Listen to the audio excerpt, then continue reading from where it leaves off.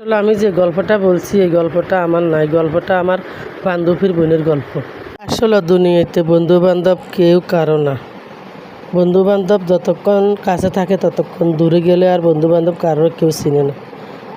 তাহলে আপনারা শুনেন, আমার একটা বান্ধবী ছিল, আমরা একসাথে কাজ করতাম, চাকরি করতাম, একসাথে চাকরি করতাম, একসাথে থাকতাম, একসাথে খাওয়া দাওয়া করতাম, চলাফেরা করতাম, নাস্তা পানি যা নিতাম দুজনে ভাগ করে খাইতাম, একসাথে খাবার চোপড় কিনতাম, ও কিনলে আমিও কিনতাম এক কালার।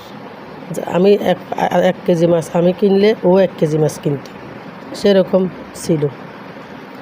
পরে ও বিদেশ গেছে, আমি চট্টগ্রাম থাকি গেছি, ও বিদেশ গেছে। বিদেশ যাওয়ার পর 1 বছর পর ও আমার নাম্বার কীভাবে খুঁজে পাইছে, পাইয়া 1 বছর পর ও আমার কাছে ফোন দিছে।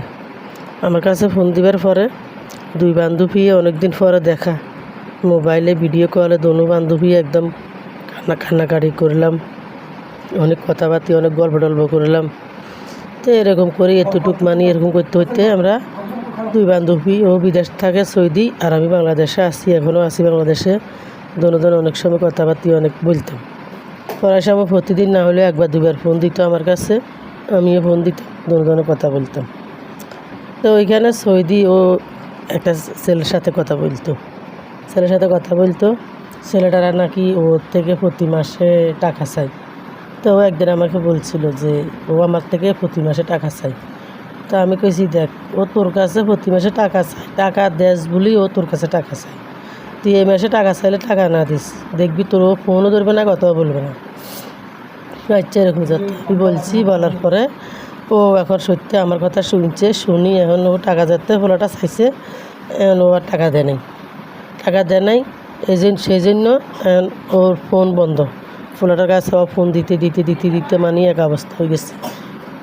এমনভাবে চলতাম, মনে হয় যে মায়ের ফেডের বোনও এরকম চলাফেরা করে না, আমরা দুইজন এরকম মায়ের ফেডের বোনের মতো চলাফেরা করতাম। তো যখন আমি ওর বুদ্ধিটা পাতে দিছি তখন ওই ছেলেটাকে ও টাকা দেয় নাই। টাকা না দেওয়ার পরে এখন ছেলেটা তো বুঝতে পারছে, তো ও বলতেছে, তোমার বান্ধবী তো অনেক চালাক, তোমার বান্ধবী তোমার মানা করছে না টাকা না দেওয়ার জন্য। পরে ওই ছেলে অনেক ফার্ম দিল, বিয়ে শাদি করবো বলছে, যে তোমাকে আমি বিয়ে করব, তুমি তোমার বান্ধবীর সাথে সম্পর্ক নষ্ট করে দিও। পরে ও একদিন আমার কাছে ফোন দিয়া বলছে যে এরকম। তা আমি কি, তুই ওর কোনো কথা শুনিস না, তুই ওর কোনো টাকাই দিবি না।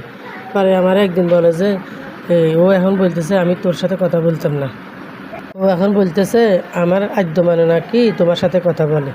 তা আমি কইছি, না, ও তো আমার সাথে কথা বলে না, আমি ওর সাথে কথা বলি না। আসলে আমার ওই বান্ধবীটা সরল সোজা, ও যে যাই বলে তাই শুনতো। ওই ছেলেটা আমার সম্বন্ধে ওরে বলছে, বলার সাথে সাথে ও আমার কাছ থেকে নাম্বার নিয়ে নাম্বারটা ব্লক করে